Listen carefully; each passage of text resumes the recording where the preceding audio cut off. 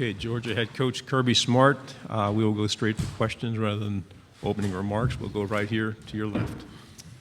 Hi, Coach. Clint Sweitzer here, Great American Sports Network in Kansas City.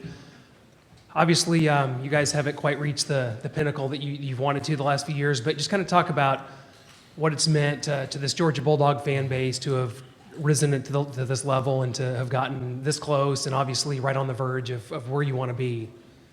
Probably not as much as it'll mean if we do reach the pinnacle, but they're a great fan base. They're one of the most avid groups there are out there. They support us, and they travel well. They go places. They've been a big part of our recruiting success. When you fill up a spring game with 93,000 people, it's pretty evident that they care about the game of football, and that's what these kids like in recruiting. So they've been a tremendous part of our success. They've embraced our staff and our players. And they will, because football means something in the state of Georgia. To your right, second row. Hey, Coach, how are you?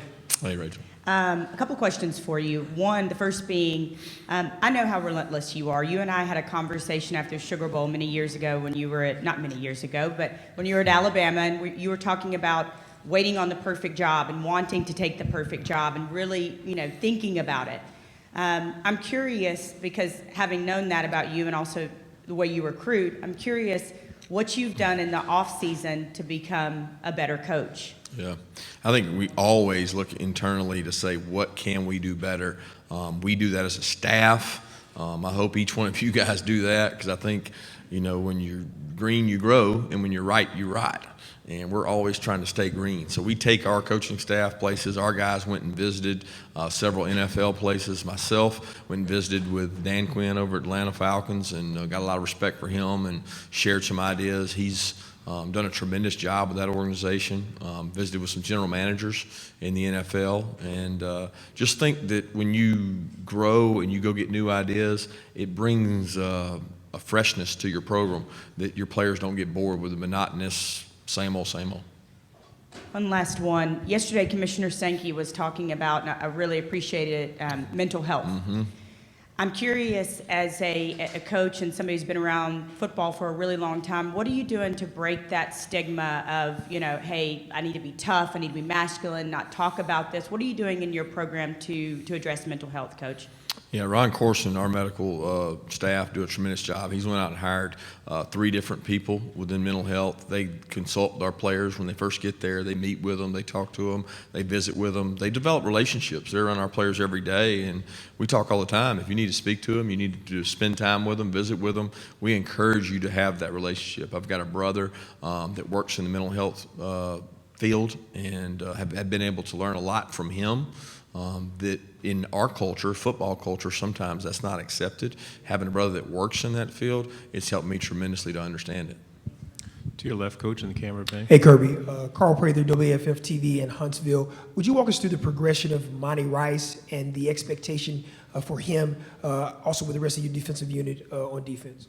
Yeah, Monty is a kid that came in early, enrolled early, and was able to kind of help us a lot. Then he got dinged up last year, and I think he ended up sitting out 2 to 3 games, and it's tough on him because he's a good football player, and he's been healthy ever since. We think he's going to be a tremendous asset for us. He's going to be in a thick competition at inside linebacker where we've got 3 or 4 guys that are fighting for 2 starting jobs, and we think Monty's going to be right in the middle of that. As far as the progression of the rest of the defense, we're trying to grow some guys who played a lot last year. I think across the board, the 11 positions on our defensive unit, outside of maybe 1 or 2, they're all up for grabs. We got a 2 deep that we think maybe, I don't know if they're going to be superstars, but they're good football players. And the competition is going to prove itself out in fall camp, that who is going to be the guy to go out and grab this position. And the good news is they get to go against pretty good offense while they're competing to do it. Up on the camera bank, blue shirt.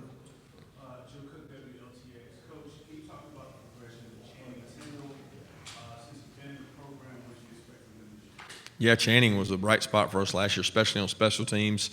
He was able to develop. He was a kid that played a lot of outside backer in his high school program, had not played as much inside backer. We put him inside. He's really fast.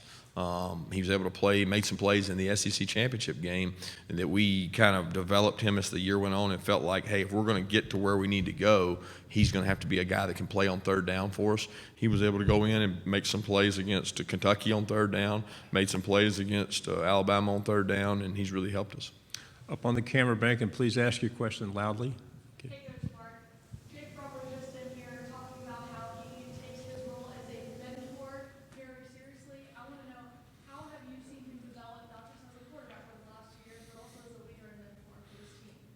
He does it through his actions. I mean, this guy is the epitome of what college football is about.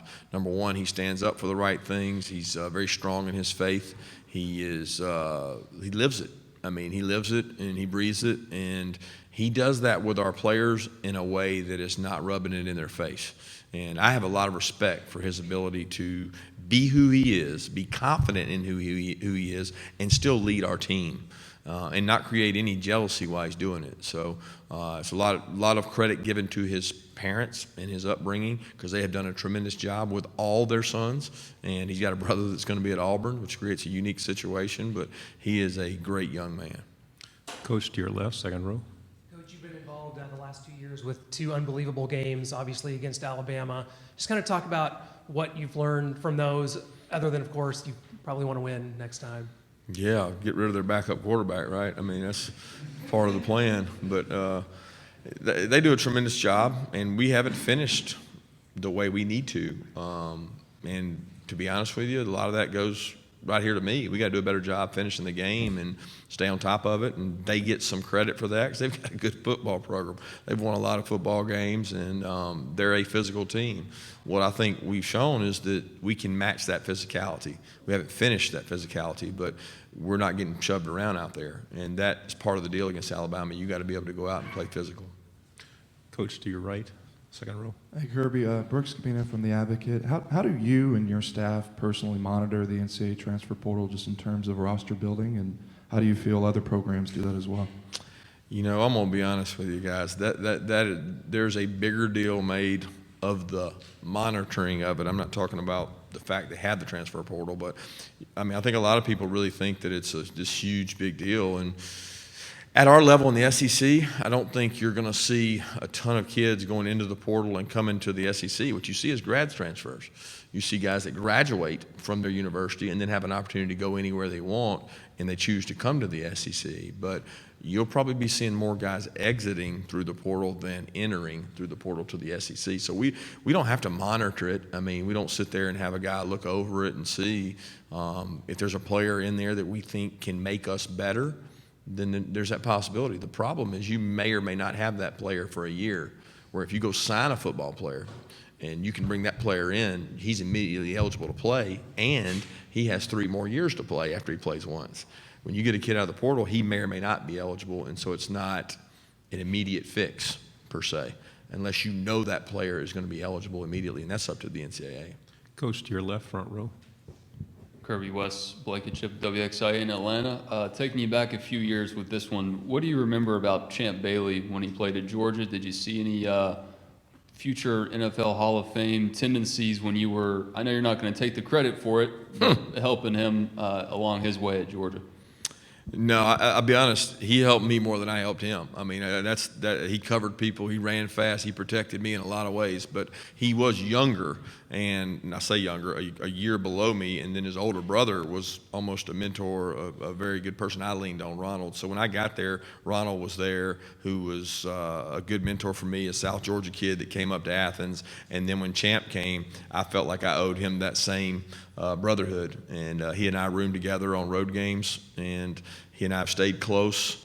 His son just came over and participated in our football camp. Shockingly, he won the fastest kid there. So it does help to have a father be a Hall of Famer, and my son probably won't be running that fast. But he is a tremendous person. Champ has never changed who he is, what he stands for. Tremendous mom, tremendous family. And it just gives me a sense of pride to see what all he's been able to accomplish, because he's never been a guy that it was about him. You know, he made some really Superman-type plays. I mean, I remember the guy playing receiver in like 98 snaps or something against LSU one year, going both ways. He had to get IV'd at halftime. front row right here. Coach, good morning. Jeff Sintel, AJC Dog Nation. It seems like recruiting has changed a lot since even your first team at Georgia. New signing periods, accelerated timelines, your staff recruits nationally. But it seems like your program is slowing things down, going through its progressions a little bit. Can you just discuss the philosophy of how you guys have looked at a staff and maybe altered the old way to this new cycle? Yeah, it's definitely changed from the first year to now, and that has a lot to do with the signing date. The signing date changed everything. It sped everything up. It made it where if you don't sign guys in December, there may not be guys available. It's like being the back of the grocery store when you're going to get groceries and it's July 4th and they're all gone. So you want to go fill up your basket as soon as you can. We want to make certain we're getting the right kind of people and the right kind of players. I don't think enough is done on a kid's senior year. I think what you'll find in the SEC is maybe 80%, 90% of the teams' spots are full going into the senior season, where I feel like I need to look and see what they do in their senior season, because there's a lot of guys that have played really well. And you look at, Bradley Chubb jumps out to me. He was a kid that was probably under-recruited, but when you watch his senior tape, he was a good senior player, but he'd missed out on some opportunities at some SEC schools. So I would like to be able to evaluate guys longer, but once you have a player that wants to commit that is a really good football player, I think you've got to take that, especially if they've got great academics, because those two go hand in hand at the University of Georgia. So we don't necessarily want to be full, but we want to be able to go out and look at kids their senior year and find out how they're playing. Camera bank in the middle, please speak. Angela Moran from News 12 in Chattanooga. How do you think Jim Chaney is going to transform Tennessee's offense, and how are you preparing to handle Tennessee's offense now that he's on the coaching staff? Jim will do a tremendous job. He's going to do a great job with the quarterback. He understands offensive football. He's very creative. He's done a tremendous job with us. He's been a guy who's thrown the ball every down in his career with Drew Brees and empty sets to running the ball and being really run-oriented at Arkansas in our place. So he can do a lot of things, and he's a talented coach. And he did a tremendous job for us in the time that he spent with us. So we wish him all the luck in the world except for one game. Coach to your left, standing up. Hi, Coach. Cole Pepper, Channel 4 in Jacksonville. There's been a lot of talk about the future of the Georgia-Florida game in Jacksonville, and a lot of the talk is centered around the impact that it has on recruiting or on-campus visits and so forth. Could you talk specifically about how you think that having that game off-campus in a neutral site has impacted your program and your recruiting efforts? Yeah, I think anytime you look at things from a self-analysis and you say, okay, let's do quality control. How can we get better? How can we grow? How do we improve? All the things that we were talking about earlier, where we go. How do we improve at recruiting? Getting opportunities to put your best foot forward to have people into your home. So you build a $63 million facility at your home location, and you want to develop relationships with kids. Every opportunity you miss to have a kid at your home is an opportunity to get better. We don't look at things from a scope of, well, we had the number 3 or number 2 or number 6 or number 10 recruiting class. That doesn't matter. We're trying to figure out how to get better. And the best way to get better is to have opportunities to present in front of those kids. Down your second row. Brandon Adams from Dog Nation. In 2017, you made the playoff with a quarterback that started the year as your backup. If you were to be thrust in that position again this year, given the fact that Jake was a really highly regarded recruit, is it fair to say that'd be more difficult this year, given that your backup quarterbacks aren't quite the same level of prospect on paper Jake was then, or maybe Justin was a year ago? You know, I don't know that you can go off the rating that Justin was or Jake was. At the end of the day, Justin was a true freshman backup. Jake was a true freshman backup. They both were highly regarded coming in. But I also think that we have a young man who has a lot more experience than either one of them had, being that he had an opportunity to come in for a fall and go through a fall with us. He had a chance to go to a Mississippi JUCO and be able to play, and there's no value greater than going and playing, and he went and played. So you could make the case that we would have a more seasoned veteran guy. Now, is he as talented as those guys? I don't know. I think that's yet to be determined, and I think he continues to get better, and we hope that DeJuan will be able to compete with him for that once he's cleared.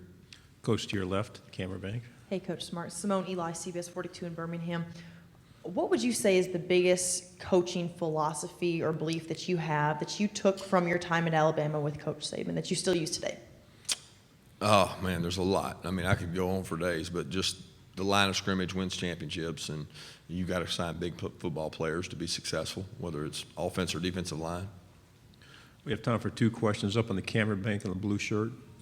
Coach, one more. I know you're good friends with Will Muschamp. What impresses you about the Gamecocks this year, and how has it been able to grow the program since you've been there in Columbia? Yeah, the depth he's been able to establish. He does a great job of getting quality players in there. They've had several kids they beat us on, whether they're in their state or our state. They're very relentless in their efforts to recruit. This quarterback impresses me. He's a leader. He's a guy who's played. Anytime you're playing a guy with that kind of experience, it's very similar to Jake, except for he's got 1 whole year on top of that, and they've got some good wideouts coming back with him. Back row, please. When you were kind of rallying agency domination, when you were recruiting Dominic Blaylock and George Pickens, what did you see out of them that led you to believe that they could possibly contribute to The biggest thing with each one was competitive nature. They go to a 7-on-7 tournament and they dominate. They go to a camp and they dominate. They go to a high school football game, they're the guy the coach is trying to get the ball to. So more than intangibles of vertical leap, 40-yard dash, hand size, just the fact that those guys are taking over opportunities when given the opportunity. Now, they're going to get thrust into a different world when they go out there against SEC level competition. And the biggest change for a kid like that is that now this defensive back is in my face and he's talented. At high school level, a lot of times those guys see off coverage. They don't have people get up on them because they can't physically match up with them. People will match up with them in our league, and they got to get used to that. Thank you, Coach Mark. Thank you, Appreciate guys. your time.